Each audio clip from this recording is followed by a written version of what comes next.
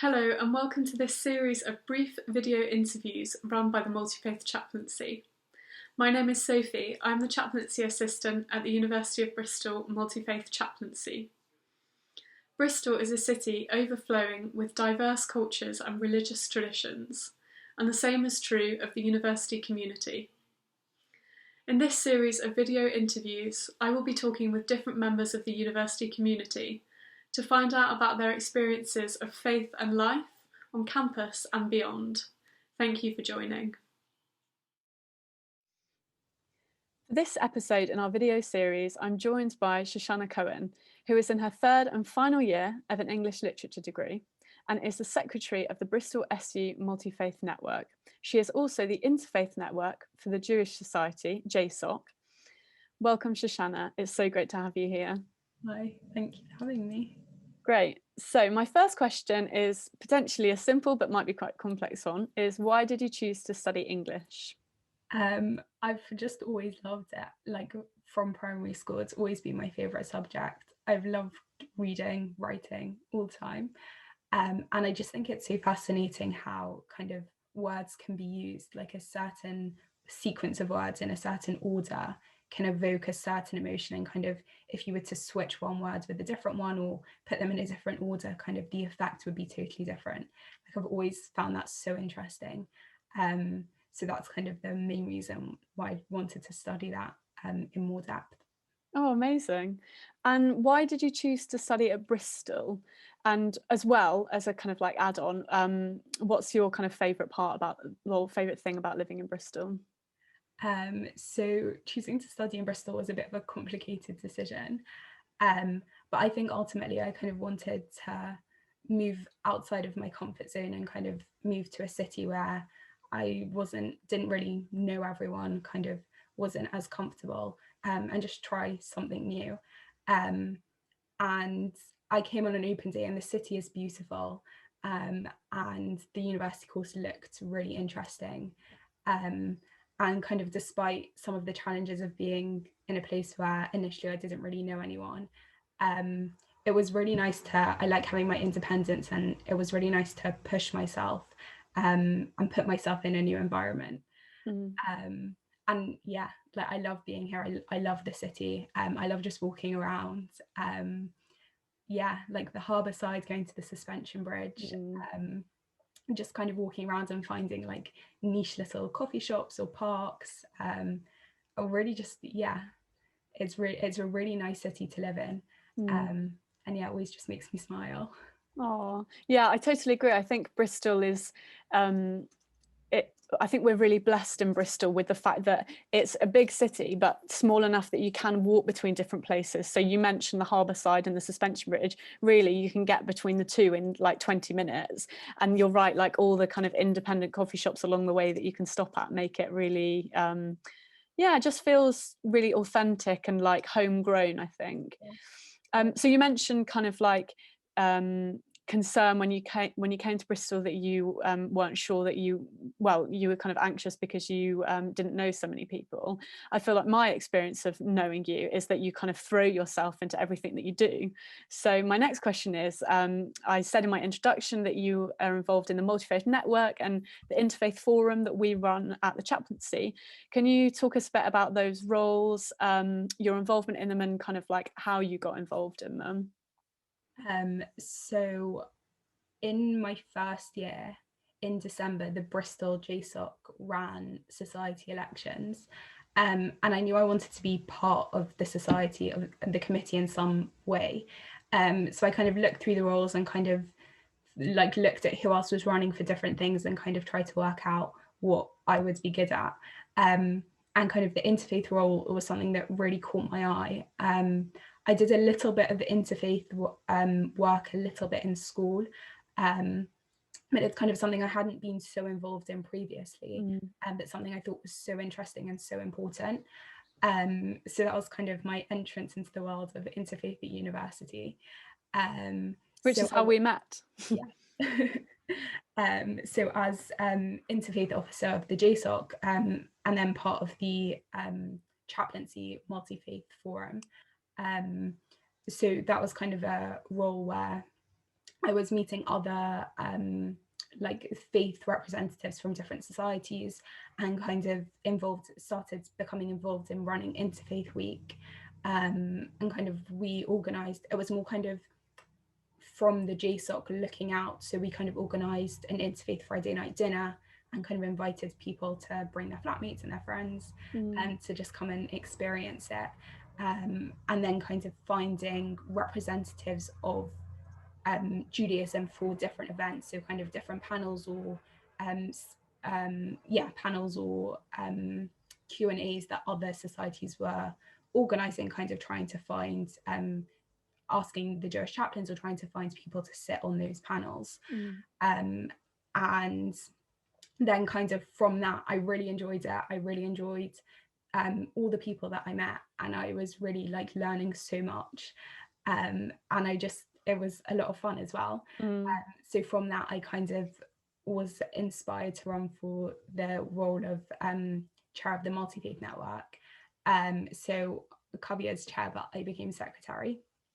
And it's been a bit tricky because the Multifaith Network is a very new network. I think this is the second year that it's running.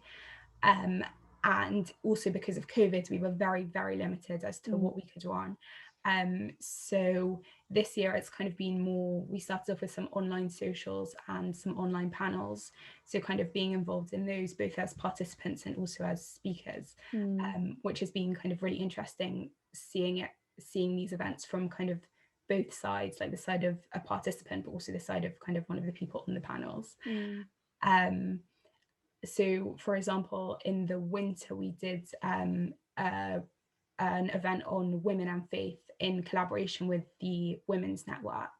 But really, we've just been trying to kind of concretize and establish the network, spread awareness about it, and kind of do some work with interfaith representatives from different societies so that people are kind of aware that we exist and kind of some of the things that we're doing. I think you say that the Multifaith Network only started, I think it was last year, wasn't it, the previous academic year. I think given that, and given that we've gone through a global pandemic this year, you and Kavya have just done amazing things with the network. And yeah, I was at that event on faith and feminism, and it was one of the best interfaith events that I've ever been at. And I also went to one of the events on being of faith and being within the LGBT plus community, that again was just really, really great, and just had been put on so well. And I just think it makes a massive difference when those events are run by students rather than like the university, or rather than also the SU staff. I think it makes a massive difference. So yeah, for people that don't know, so the Multifaith Network is a network for students of all faith backgrounds, and it's basically serving their needs by running events and being the reps for in the uni and to the SU. So definitely get involved. I'll look out for more information on that.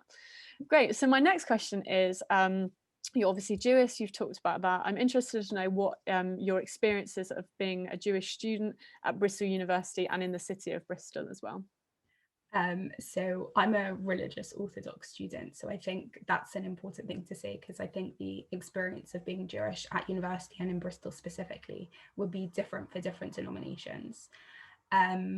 So being religious Orthodox Jew at Bristol is sometimes quite tough, especially in the beginning, because Orthodox Judaism is very, very community focused. It was hard to kind of move to a different community, and also the community in Bristol, like not the students but the people in the community of the city, is much, much smaller than the community that I have at home in London. So that was kind of quite a big adjustment, just in the way things were running, or kind of the things that were running were different because of the size of the community and to cater for their different needs. So yeah, and kind of again, because the community is smaller, sometimes provision isn't as extensive for things like kosher food, or synagogue services are kind of run a little bit less often, because there's just less people who are interested in coming. And so yeah, so it was quite a big adjustment. But I think also, like, even though being part of a smaller community can sometimes be a bit challenging if because I'm used to a bigger one. It also has brought so many opportunities for me to get involved. So kind of helping out the local rabbi, kind of I don't know, like making packages for the community at different festivals. I was involved in a Holocaust Memorial Day event run by the council. I was a little bit involved in Clifton College with some of the Jewish students there, and then kind of obviously with JSoc at the university. Kind of there's more space for people to kind of step in and do things than there is in a community where there's kind of more people trying to be involved. So I think whilst it has been challenging and difficult at times, I've also really enjoyed it, and it's given me opportunities that I wouldn't have had if I had been in a different university or a different city where the community was a little bit bigger. Yeah, and as well, if you'd stayed at home, you would have had that support of your community at home. But I guess it sounds like it's given you the opportunity to step out of your comfort zone and also just expand the community that you know, and it sounds like a lot of that's come through both your synagogue. Is it the Park Row synagogue that you're at? Yeah, and then also the JSoc, the Jewish Society, which is great to hear. Yeah. Okay, so moving slightly towards the kind of COVID-19 pandemic, how has the pandemic and the lockdown affected your studies and your religious practice? So in terms of my studies, I just miss going to seminars. It's just, you can't have the same kinds of conversations online, or kind of at the beginning of this year when we had a little bit of in-person teaching, but there were kind of 10 of us spread across a 200-person lecture theatre. Like, it's just not so conducive to actual conversation. And yeah, the teaching just feels a bit more impersonal and challenging at times. But yeah, in terms of religious practice, as I said, like a lot of religious practice within Orthodox Judaism is very, very heavily community focused. So kind of Friday night dinners, Shabbat lunches, festivals, kind of all of that is based around meals with family, going to shul, meeting friends. Kind of that has been the whole experience of kind of these festivals. So to kind of not be able to do that has been an interesting experience. And especially because kind of for Orthodox Jews, we don't use technology on Shabbat or during festivals. So kind of it's harder to replace things with Zoom because a lot of Orthodox Jews just won't be using that technology. So I'd not thought about that at all, actually. Gosh, that must be really tough. So some of my friends who are of different denominations have been doing kind of it was Passover in April, so they kind of did Zoom things with families around the world. But yeah, so that's been a challenge. But I think it's really also pushed communities to kind of find different ways of doing things. So for example, a lot of programs that run in different countries have now been moved online. Kind of learning programs or different speakers from different countries have now been moved online, so I can access kind of like big speakers in America, for example, or Australia, whereas before I wouldn't have had access to that. So in terms of opportunities for learning and Jewish learning, they've really grown. And also it's been a really valuable opportunity, I think, to kind of focus on kind of internal reflection and kind of personal growth and family, like the family unit, or kind of the household unit, rather than kind of, sometimes it's easy to get lost in like the trappings of kind of big festive meals or kind of exciting social events, and but to kind of peel those layers away and kind of really focus on different festivals in a much more kind of personal, internal way, has been really interesting. And we've had a year in COVID, so we've kind of gone through the cycle of the Jewish year and kind of experienced all the festivals kind of in this way. And I think that's something that kind of as we come out of COVID and things start to go back to normal, and we kind of manage to go back to those community events again, like really something to take with me is like the importance of internal reflection, kind of this quiet alone time to kind of for personal growth as well.